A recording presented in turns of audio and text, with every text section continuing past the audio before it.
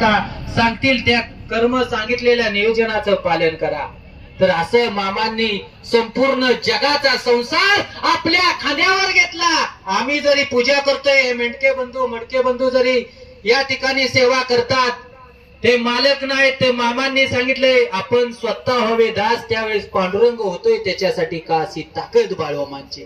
मामांनी सांगितलंय बुजगाव नाही, त्याप्रमाणे आम्ही बुजगाव नाही।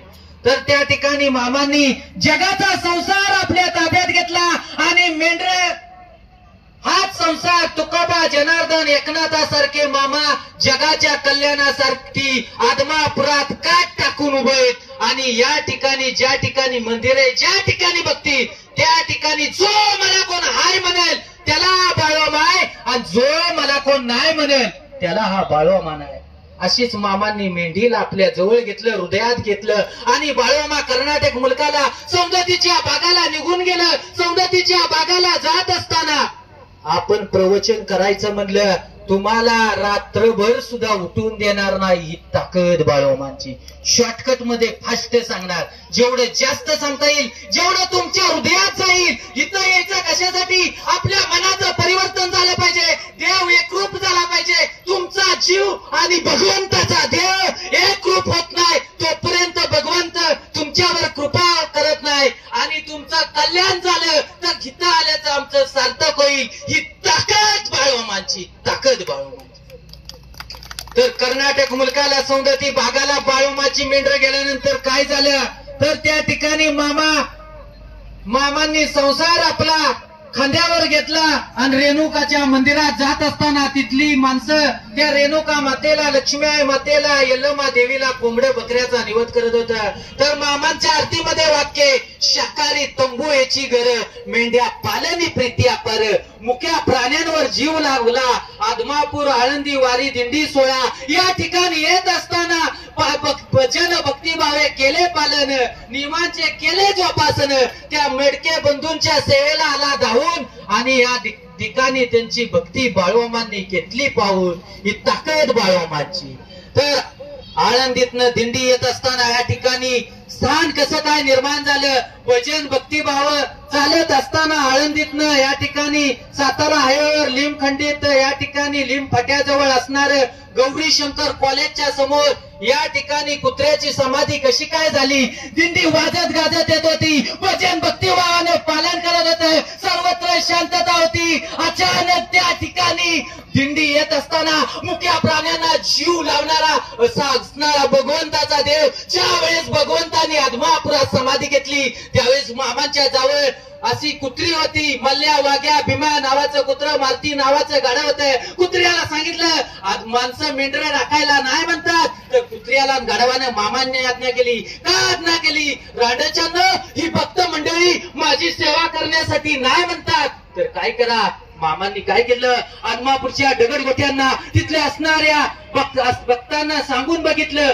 सर्व जाती धर्मातली, सर्व गावचे पंचकृषीतील भक्त आले होते, मामांची मेंढर काय नाही म्हणत होते। त्यावेळेस मामांचा जीव भक्तांसाठी होता, जगाचं कल्याण व्हावं म्हणून मामा काय करत नव्हतं। मामांनी जर ठरवलं तिसरा नेत्र उभारावा, भस्माच्या धारा निघायचा, अग्नीचा लोळ व्हायचा आणि क्षणात दुनिया नष्ट व्हायची, परंतु सांगितलंय डोंगरा एवढं पाप आहे आणि दोऱ्या एवढं पुण्य शिल्लक आहे, आणि त्याही ठिकाणी सज्जन असणारी संत देहाची कातड सोलून टाकणारी, अग्नीचं कुंड बाहेर निर्माणी आणि शांतता निर्माण करणारी भक्त, सर्व जातीतले भक्त त्या ठिकाणी हजर होते, ज्यांनी संसाराचा पूर्ण त्याग केला होता, संपूर्ण जीव त्या ठिकाणी पावन केला होता। त्या भक्तांना पावला आधीच असणारा जीव, कोमल असणारा जीव, मृदू असणारं शरीर मामांच्या देहापाशी त्या भक्तांनी पावन केलं, वाहिलं। मामांनी जसं नेत्रानं पाहिलं, अग्नीचा लोळ शांत केला आणि तिथं असणाऱ्या कुत्र्याकडे पाहिलं आणि सांगितलं, रे बाबा, अरे असणाऱ्या भीम्या, ही भक्तजन माझी मेंढर राखाय नाही म्हणतात।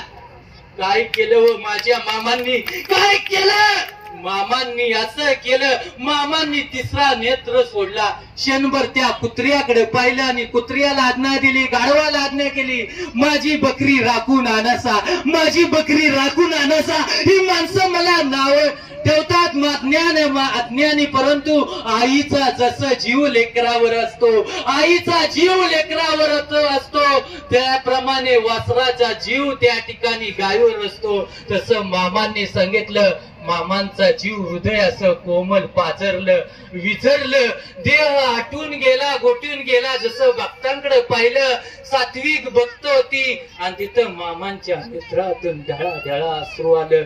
आणि कुत्र्याला आज्ञा दिल्याबरोबर इतरत्र आदमापूरच्या डोंगरातनं बकरी फिरत होती. आज्ञा दिल्यावर कुत्र्याने गाढवानं बकरी वळून आणली. ही ताकद बाळोमांची, ही ताकद बाळोमा.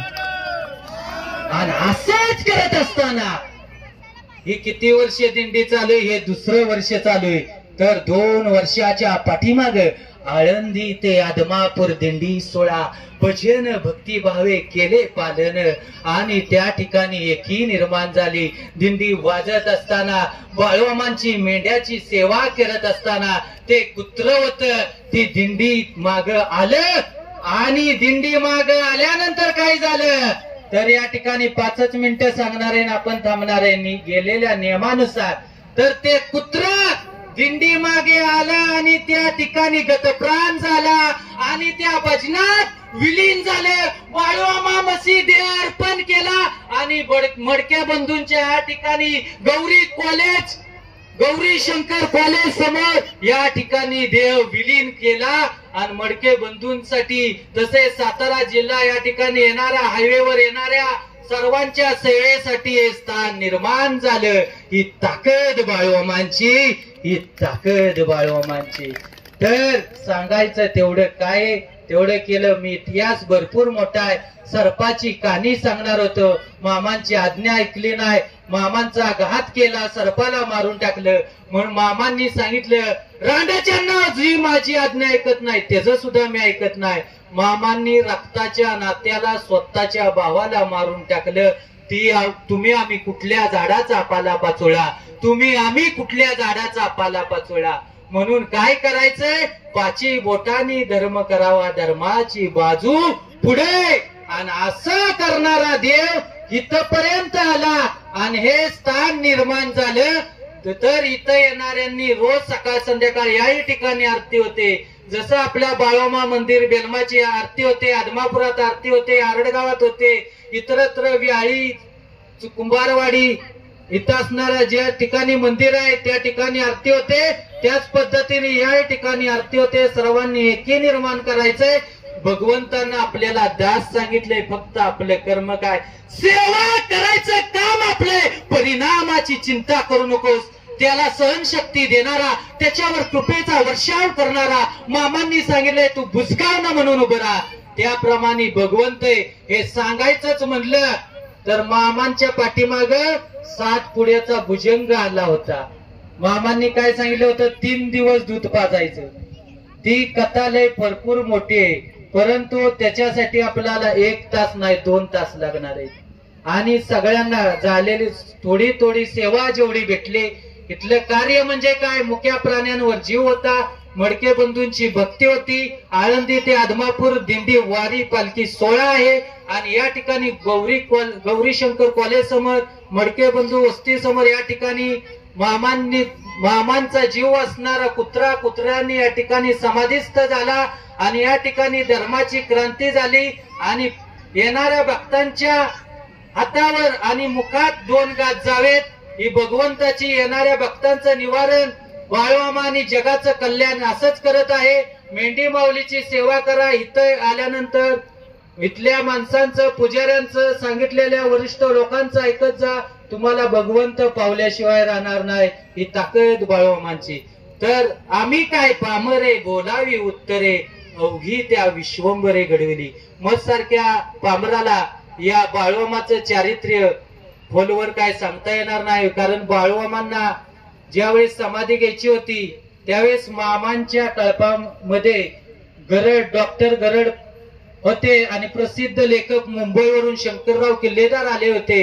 मामा पुढे हयात असणाऱ्या लोकांना जसं सच्चिदानंद बाबांनी ज्ञानेश्वरी लिहिली, तुकारामांची गाथा लिहिली, तसं आम्ही पुढे तुमचं काहीतरी लिखाण असावं. मामांनी सांगितलं, रांडाच्या तुझ्या आई बाचं जर चारित्र्य माहित असलं तर माझं चारित्र्य लिवाय बस. आता शनोशनारान पावला पावलाला मामांचा अनुभव येतच आहे. त्यामुळे स्वतः लेखक जर गप बसला तर आम्ही कुठल्या झाडाचा पालपाचोळा आहे. असं मामांचं निरंतर आणि चिरंतर सदैव चालणारं मामांचं चारित्र्य. इथं आम्हाला आदेश आला एवढ्या टाइम मध्ये झालं पाहिजे की आम्ही बंद. आम्हाला थोडा सुद्धा गर्व अहंकार नाही. थांबा म्हणले की थांबायची कृपा आमच्यावर. एवढी सेवा भगवंताच्या नशिबात, आपल्या नशिबात होती तेवढे आम्ही मान्य करतो. तर स्वतः सरस्वती देवता कल्पतरूचा भुरा आणि आकाशाचा कागद केला तरी ते लिखाण कमी पडत, कधी न संपणारा आणि क्षणाला चालणार असं हे बाळोमांचं चारित्र्य. असं बाळोमांचं चारित्र्य. मामांनी सांगितल्याप्रमाणे आम्ही बुजगाव नाही. करता करविता जगाचा संसार करणारा बाळोमा आहे. तर या ठिकाणी सर्वांनी जोरदार गजर करायचा आहे. इथं आल्यासारखं आपल्याला पण वाटलं पाहिजे. सोहळा चांगला झाला. सर्वांनी हात वर करा. सुरुवात नामानं झाली आणि नामानच या ठिकाणी आपण आशीर्वाद द्यायचा आहे. जोरात माझ्या पाठीमाग मी बाळोमाच्या नावानं म्हणल्यानंतर सर्वांनी चांगलं गजर करायचं आणि टाळ्या वाजवायच्या. हात वर जोरात टाळ्या वाजवा. बोला बोला बाळोमाच्या नावानं, बोला बोला बाळोमाच्या नावानं, बोला बोला बाळोमाच्या नावानं. जय बाळोमा. तर या ठिकाणी हे पहिल्यांदाच मामांचं स्थान आहे. तर दिलेल्या नियमानुसार आपली सेवा झाली. तर या ठिकाणी पुढचं काय असतील तर या ठिकाणी भावी भक्त आपल्याला सांगतील. बाळोमाच्या जीवनचरित्रावर खूप सुंदर असं ती 5 मिनिटाचं झालं महाराजांना की लावलं प्रवचन पुढे केलं. गेलं.